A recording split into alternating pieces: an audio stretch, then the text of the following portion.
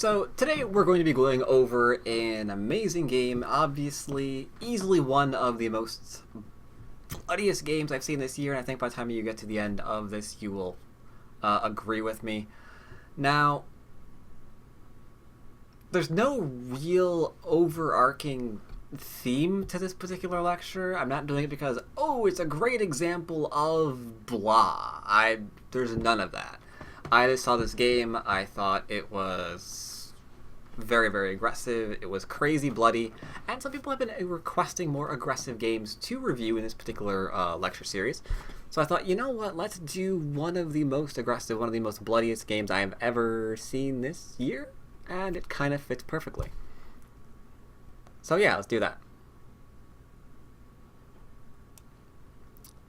Now, for those of you who are also completely unaware, Black is a person who you probably wish to pay attention to. He's a fairly strong, fairly young Korean professional player. He will probably be 9-dan in the future. So the game begins off with a lovely little 4-4 stone. And something that looks like we're going to see just an orthodox opening. An orthodox opening, some people say, I don't like playing those for one simple reason, and that is they're boring. They're boring, they're territorial, I don't like them. But if you think the Orthodox is boring and territorial, and thus you just don't like it for those reasons, that you're a more aggressive player, so you're not going to play these boring openings like the Orthodox, no. No, not at all. This can be taken in quite different ways. It can be taken influentially. It can be taken aggressively. You can do a lot with the Orthodox. Like right now, for example, we are seeing Black pincer for some territorial development. Even if he backed off, for example, there are still options for for influential developments. There's a lot you can do. He chooses to apply pressure. Okay. Now, one thing that we're never going to do, ever, and I'm sure no one ever wants to do this either, is we're not going to jump out here as white. I challenge you to find more than 5 games, let's say, where you see white actually jumping out here from the beginning of the game. It's probably not going to happen. And if it happened, he probably didn't win.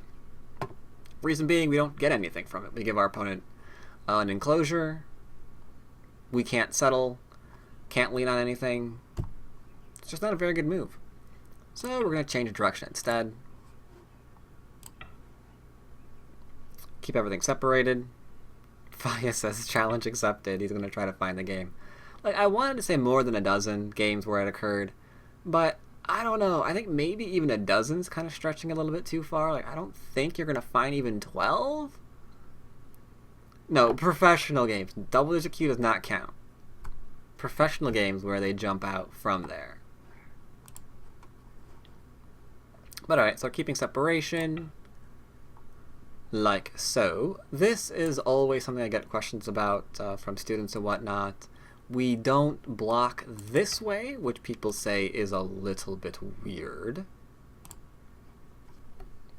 But blocking this way, we're getting a wall to nowhere, so some people feel uncomfortable with that. Like, why, for example, would we want to play this way? What are we getting? And the great thing is, if you don't play here again, Black actually has Sente, which is pretty nice. So at the very least, we're getting our wall, but we're getting Sente so we can play away from said wall. It would be a little bit different if we were getting the wall in complete Gote. That would be a little bit uncomfortable. It would also be uncomfortable if we played this way, because now you have to think about endgame. It's like, well, endgame is going to force me to play here, and then I guess I'm going to either connect here, and then endgame is going to do that to me potentially, and that's kind of not liking that. Or we're going to have to play here, At which point, I mean, there's still a lot of Audrey because this isn't dead yet, so you have to figure, is any of this going to be an issue? It's like, yeah, probably, but we don't want to have to deal with any of that either. So this is just a little bit easier. Believe it or not.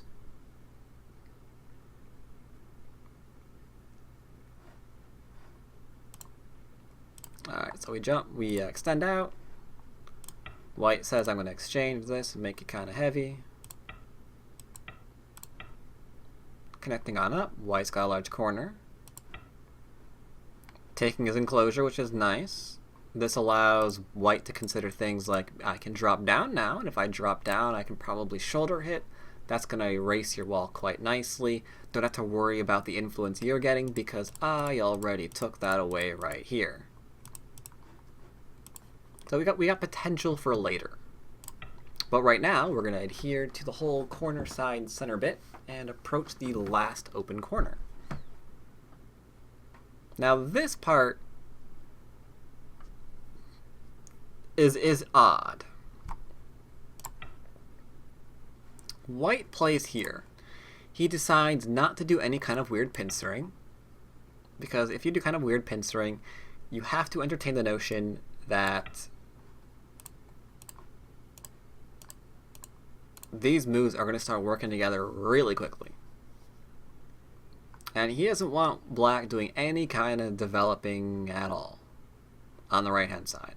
So he just says, you know what, I'm going to remove your ability to change directions or lean on me or do weird stuff. All of that weird stuff is just not going to be a thing right now because my group is nice and strong. White says, gobble gobble. This stone is dead, but we're going to sacrifice it and get a bit of a wall. So we go here. Forcing move.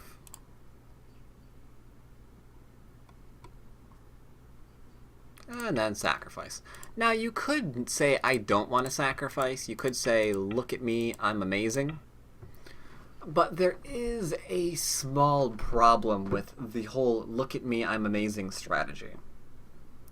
And that is the following. Triangle tool, there we go. These marked stones are not happy that you just gave influence to white and then gave him Sente. But they're not gonna like you for that. You're not gonna get any thank yous. Also, one must contemplate that we have to be very, very careful of what happens to the C6 group, because it is potentially not completely alive as is if that turn gets played. One has to be careful. So rather than piss off our stones, we're just going to say goodbye to these. Bye-bye cornerstones. And instead, we once again get to extend from our wall. Pretty straightforward. The amount of territory that white is getting in the bottom left-hand corner, we don't really have to care about that. I mean, it's 2 stones, so it's what, 4 points? There's end game-ish stuff here a little bit, but this is probably going to be points as well. But not all that much. Not all that much. Here's where the game starts taking a turn, because right now the game's actually been peaceful. Like, as long as you don't screw up a Jiseki, I think anybody could really play this game. So far. Like, we can play the upper right Jiseki, we know how to play Orthodox. Nothing too difficult yet. The mid-game, where things start getting complicated, groups start popping up, we have to make decisions on how we want to follow up the Jiseki. That's when someone's strength starts becoming apparent. So we're going to pick a fight immediately. White says, I'm going to jump out. Odd. Usually we see efforts to keep the opponent in or take territory and treat our stone lightly. White decides to jump out. Okay. Black comes out as well. Okay. White defends his corner because a 3-3 is now a thing. Why not take k4 first? So says Turbo. I'm not sure who you want to take k4 first. Let's look at both. Instead of playing here, let's take k4. We could take k4, but k4 is now Gote. So we can think of the following ideas. One, our opponent gets to kind of put pressure on us and maybe force us to defend in Sente. Two, then we're gonna watch as White reduces us on the right hand side, and we're kind of just responding to White right now. Black wants the opposite to be true. Black wants White to be responding to him. He doesn't want to be responding to his opponent. So he attacks the only weak thing on the board, which was that newly created stone. Why? Because he's aggressive. I guess you could try to take the last open point on the board. Just know that you're giving initiative to your opponent if you do that, and they'll probably start attacking you on their terms, rather than you attacking them on your terms. So alright. He decides, look at me, I'm going to save my corner, because the 3-3 is huge right now. If we play here, and we keep doing the running battles, this is something that we have to always constantly go back and read. Because as you can see, our corner's gone, and it's just complicating the situation over and over and over again. So, like, nope. My corner's fine. I'm threatening to connect underneath. Black says, well, so am I. And now, I didn't expect to see this move played, because this move looks like something an amateur would play. No offense to the Fordon professional, who clearly is not. I just did not expect it. So, alright. Lets him go through. But the whole going through is Gote. So Black immediately follows up. And this move is pretty cool. Like, some people would still be looking at the bottom, which you might. Does allow the expansion into the center, though, so I have to be a little bit careful about that.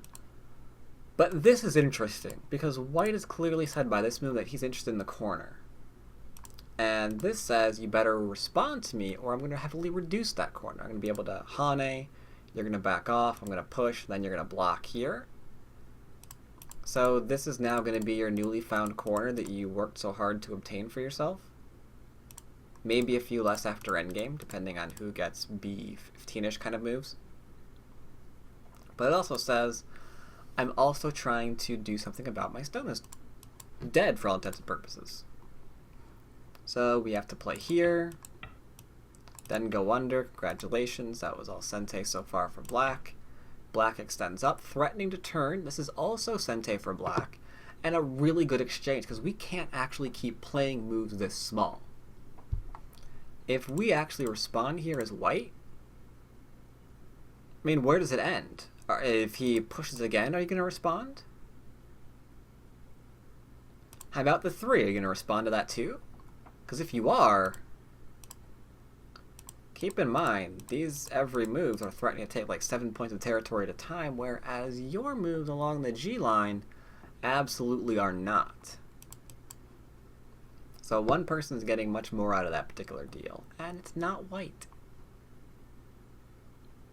So instead, White says, okay then, it is time to reduce you. This huge area is going to get reduced. What do you think? How do you handle someone who says quite clearly that it is time to reduce you?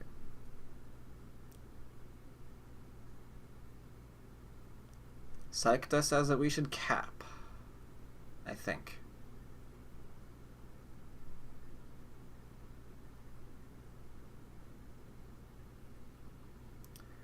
I know, right? Doesn't this look like it's a completely, relatively normalish game, not bloody at all?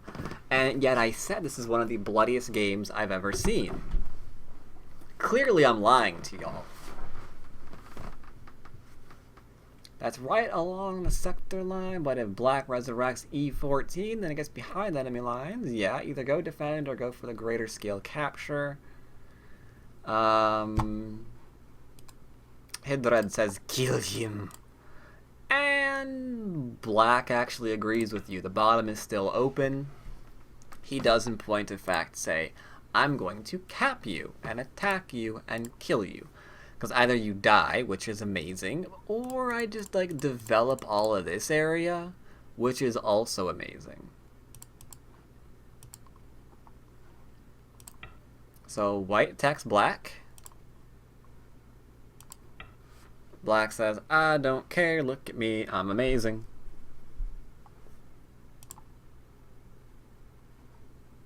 Gonna try to attach to live. Oh my god, this looks so painful. Look at all the shapes I'm making. As we just get horrendously poked repeatedly.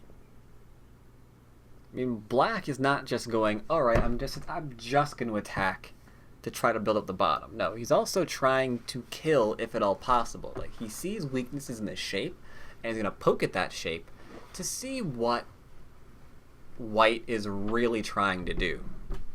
And right now, he's sadly making shapes that belong in Tetris.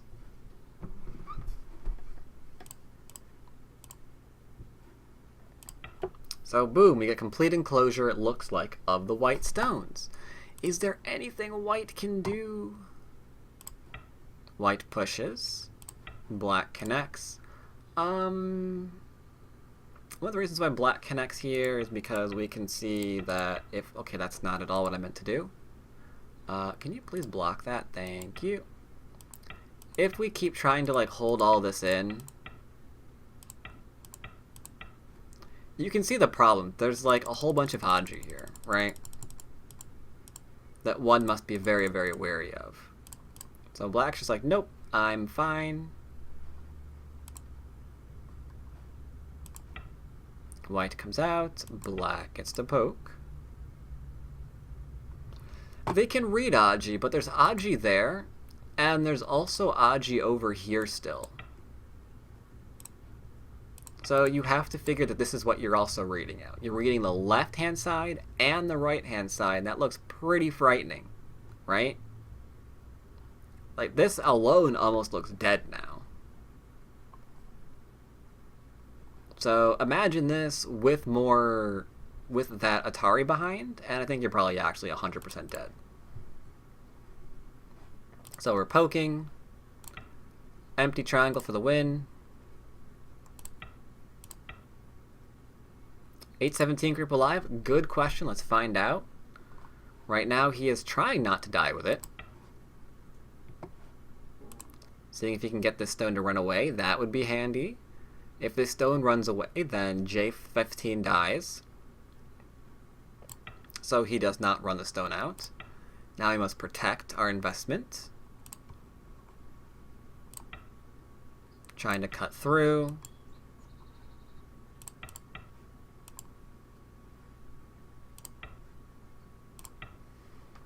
White continues, or black continues, sorry. Trying to link up to his group. White blocks. Black gets to cut as a result. And then kill off the center stones, which is quite nice. Now the stones aren't completely dead in Gote. Or dead without Aji, sorry. We've got potential still to do a little bit, as we can see here. But it does stand to reason that with those stones dead, white needs equal profit. So he attacks these two small knight moves that we see here and here. So now the question is, how are you going to defend your own shape problems? Black says, I'm going to defend it this way. And then white says, oh, are you really? And now we have Ko for top group. Offer of peace is put on the table. It's like, you can connect up your group, but I'm going to break into your middle and attack your middle stones, if that's fine with you. Black says that is not fine with me. Thus we are back into a co.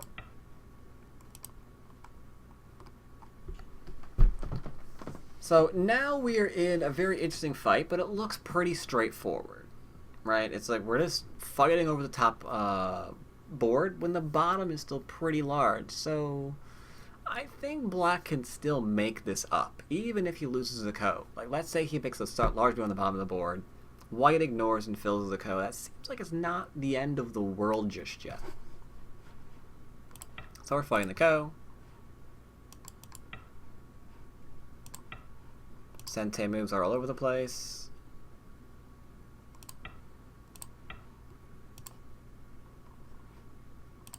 Threaten to link up underneath is not permissible in this particular co. Nor is just living, because that's really small. We could connect up at P19 right now as white, and then we'd lose the game. So we are locked in a co no matter what happens, for better or worse.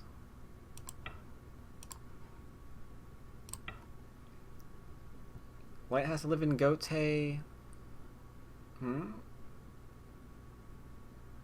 N18? Right now White is just trying to...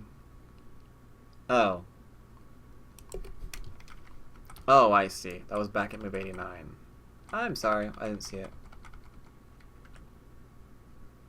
Oh, yeah. No, not just life. Just living is not acceptable. He had to try to, yeah. He had to try to attack and do something here instead. Because he gave these stones up and a bunch of influence to his opponent. So just living is not acceptable. Very rarely is just living acceptable. You always want to try and find a way to counterattack the thing that's pissing you off.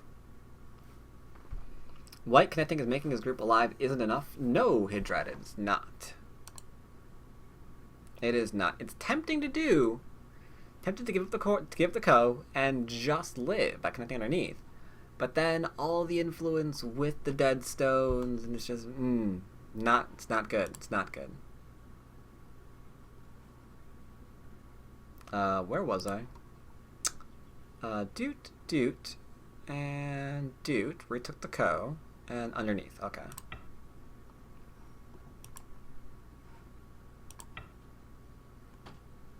Trying to keep everything all nice and deaded. It's like, can I kill your stones here? Black says no. What a bummer. Black says I can save my stones. White says no, you can't. So we're back to co. I can Atari you. And I can take the stone and we're back to co. I can kill off the entire group. Nope. Back to co.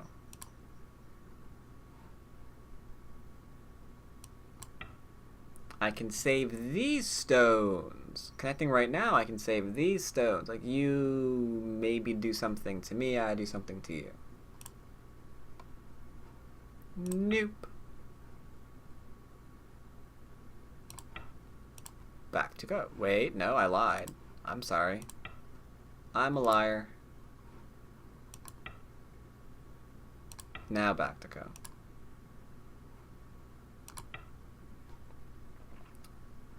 Black says I can cut off this group and attack it. Now the problem is, in terms of local play, we don't have a lot of moves for white anymore. So white says, okay, I'm running out of co-threats locally. So the only thing that seems to make sense right now is to escalate the co. Let's just involve more stones on the right-hand side in what's going on here.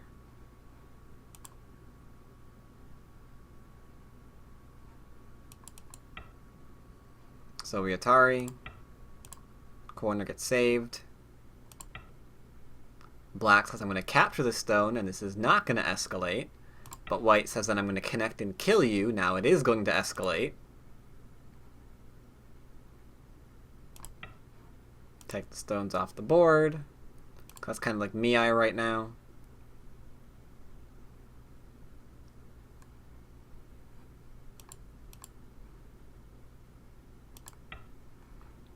White says we're going to kill off these stones. And now black has a decision to make. Do we keep fighting this? What do we do? Do we keep fighting this? Where do we play now? H12 seems weak. H12 seems weak. Oh, the white group. Okay, okay. Psych has a pretty good idea there. That is pretty weak. Any idea on what you would do about that?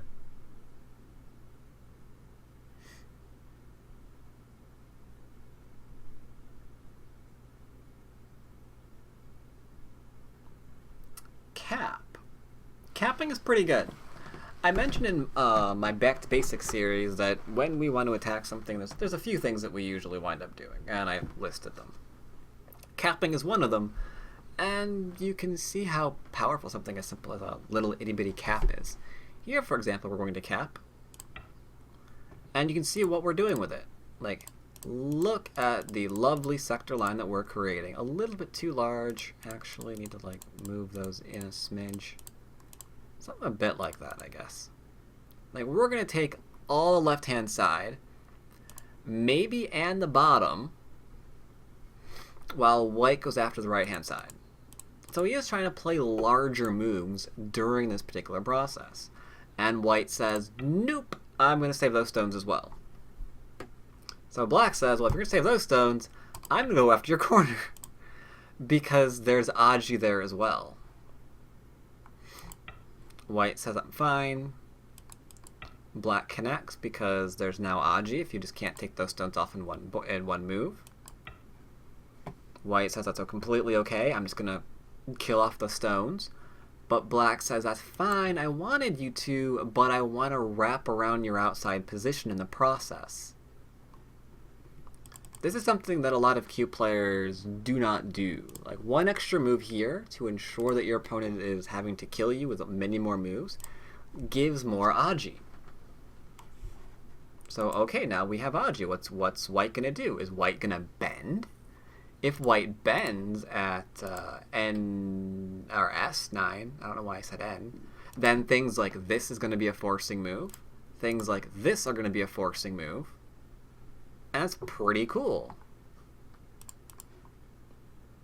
So instead we connect to try to avoid that, but then black's like, well, I'm just going to play here now and try and get some more forcing moves out of you.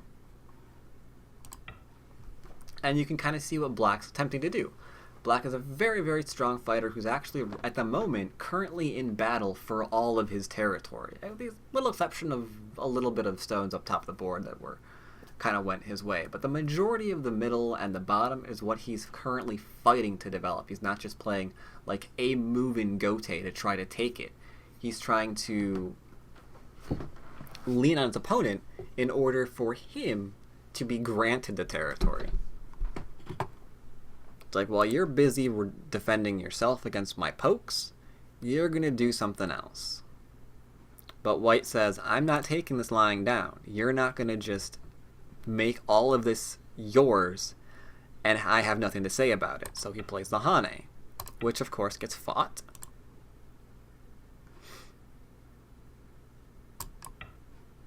White plays the Atari. You can clearly see why. Those stones are now dead. So we take, but those stones dead also bring these stones back to life. However, at least black's in the middle now. So we've had a little bit of an exchange going on there. Follows up. Denies. Ensures his corner is completely fine. Takes a large point. Little bit of a lull in the fighting. Little bit of a lull in the fighting. But once again, white's not going to allow black to just take the bottom of the board as he wishes. So he caps. Try to get him to defend, over-concentrate the bottom right-hand corner. Black says, yeah, that's too small, I'm going to kill off these stones. So white says, okay, I'm going to not let you develop this area either. And black says, you know what, that 2-space extension, too far. Too far. Game looks even, I don't know, I definitely didn't count this game. I have no idea who was ahead. I could barely tell you which exchanges were good and bad. I was just enjoying this game. So I decided to go over it today, and you guys can enjoy it too. But alright, white says 2 space is too deep, so we are of course going to get into a fight again. So now we've created the cut point there for the 3 stones. White says, well, I need to make sure these stones are alive, so gotta connect on up if I at all can. It looks like I'm allowed to do that quite easily. So why fight that? Why fight that as black? What's the profit? Seems to me white is just growing while black do not find real solutions. Interesting. So what solutions are here for black? What can we do right now? L5 dies? How? J4, new. Think forcing moves first. If you're after J4, you want to give it the least amount of opportunity for it to do anything that you possibly can. H10 does not influence L5. We threaten to come on out and save our stones. Because one place that stone can link up to is the top side of the board. Maybe. It might be able to link up there. There's a lot of Aji. We're going to strengthen ourselves. Make sure that this stone is not going to go over there. Then, and only then, we could play a move like J4 because we've got it completely surrounded. There's no way in after that. And this entire area is ours. And by ours, I mean black's. Right? Can white still cut at E7? What is E7? E7, E7, E7. Da, da, da, da, da, da. Oh, over there. That is a good question, and I think that might be true. It looks like you can still be cut there. Potentially, yeah. But right now we're profiting like a madman on the bottom of the board. Or at least we're attempting to. Unfortunately, white realized that that's too much, so he plays away. Which means the dead stones come back to life. But that's okay. The dead stones came back to life, but we got into the middle as white, and now we're going to attack the left side of the board.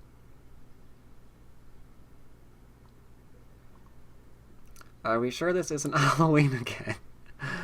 It really could be. Well remembered. Well remembered.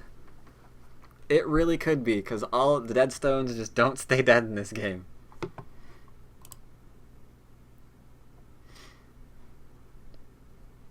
I may have to include that in my graphic when I upload the video.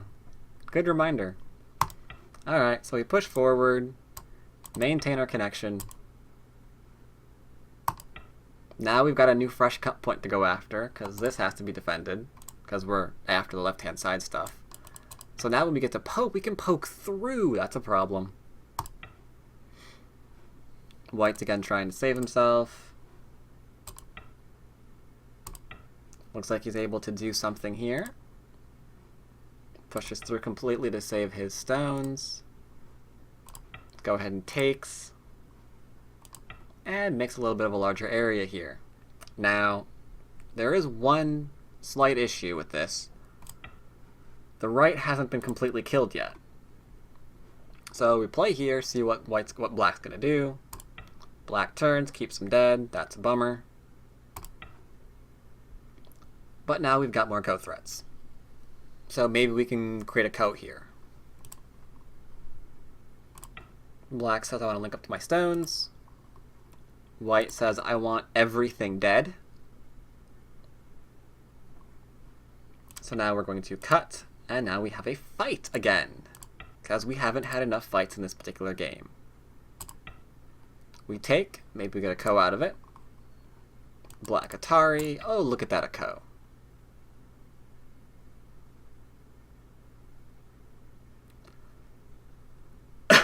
Sorry, what? Wait, the Liberties are still close on top 2, right? Any Ko now is dangerous. Yeah. There are a lot of Liberty shortages to be taken advantage of in this particular game. That is true. So we're now going back to Ko. Trying to resurrect a group. Denied. Trying to kill. Denied.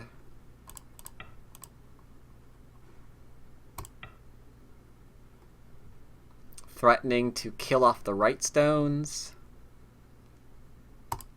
Denied. Well, actually, no, accepted. Sorry. Completely accepted. Not caring at all. Making the exchange. It's like, alright, the right stones are dead again. But now the middle stones are dead all over again because what black managed to come through. So good luck anyone trying to count this game.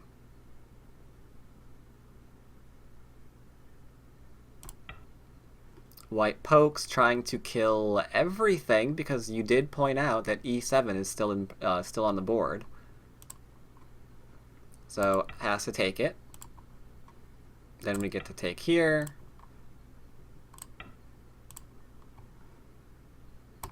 That's cut off. Not really a Ko because we can deny that, right? Like if you take, that's okay. But if we get to cut off, then yes. So this Ko can be avoided at any time.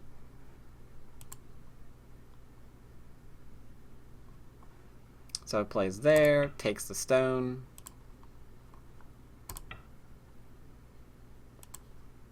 Tries to go back to Ko. Is locked out of the side. Tries to kill off. Goes back to Ko. Threatening to go into the middle.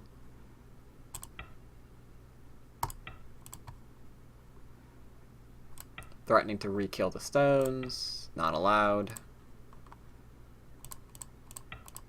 Finally backs off from the Ko. These right stones are now finally dead and property of black. But there is, of course, still that one last Ko available at F8, which is now taken. So now the entire middle again is now in danger. And once again, we're back to Ko.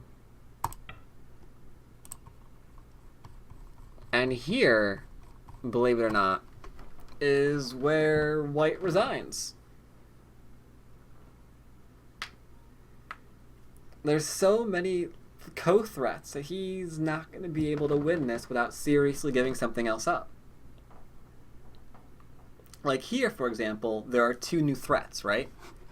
White has to play E6 in order to keep this dead. And then there's still the throw-in for the Atari on the 3 stones at B6. So that will still be dead. Not to mention there's the Ko threats at T6 to threaten the right-hand group all over again. And there's just no threats for white. So trying to win this battle is not going to work, and the middle is going to die. So most unfortunate, that's going to be the end of that. Plus, you have to still consider the upper right still has its share of Ko threats as well, because that is still there.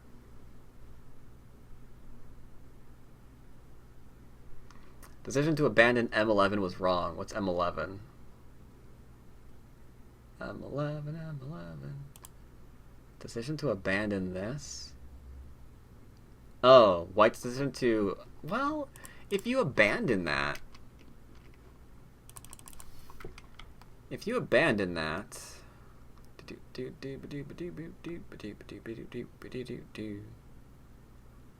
Where were you referring to? Here? Yeah. I mean, you could keep this. But that's going to be a big problem for you, I think. Like, I guess maybe it's actually about as large as what it was in the actual game? Maybe you're right. Maybe you're right.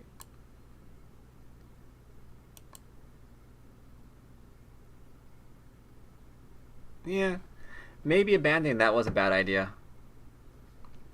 Especially since it got cut off anyway at the end. You might be onto something there, Zwim. Alright, I'll buy that. That could have been a mistake for white.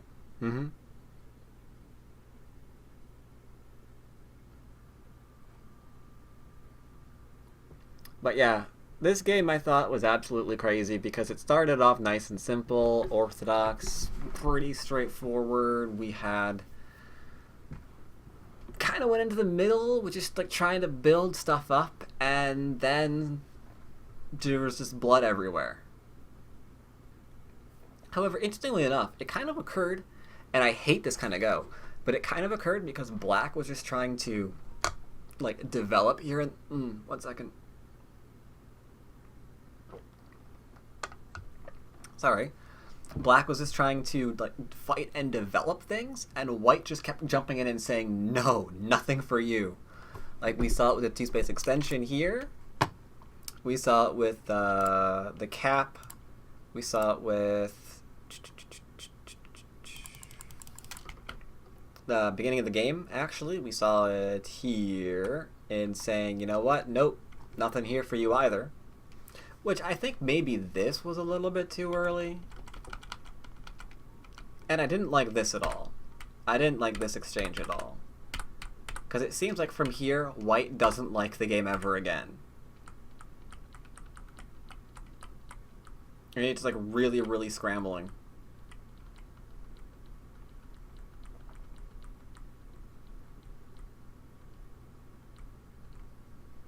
But I do like how many different positions that he managed to get really amazing amounts of Aji in. He just kept finding Ko after Ko. He kept threatening things. He kept making his potential profit even larger. Anyway, I thought it was a very, very aggressive game, obviously. A very, very bloody game that people have been looking for a while now. So I hope you enjoyed this wonderful game of exchanges and massive amounts of blood.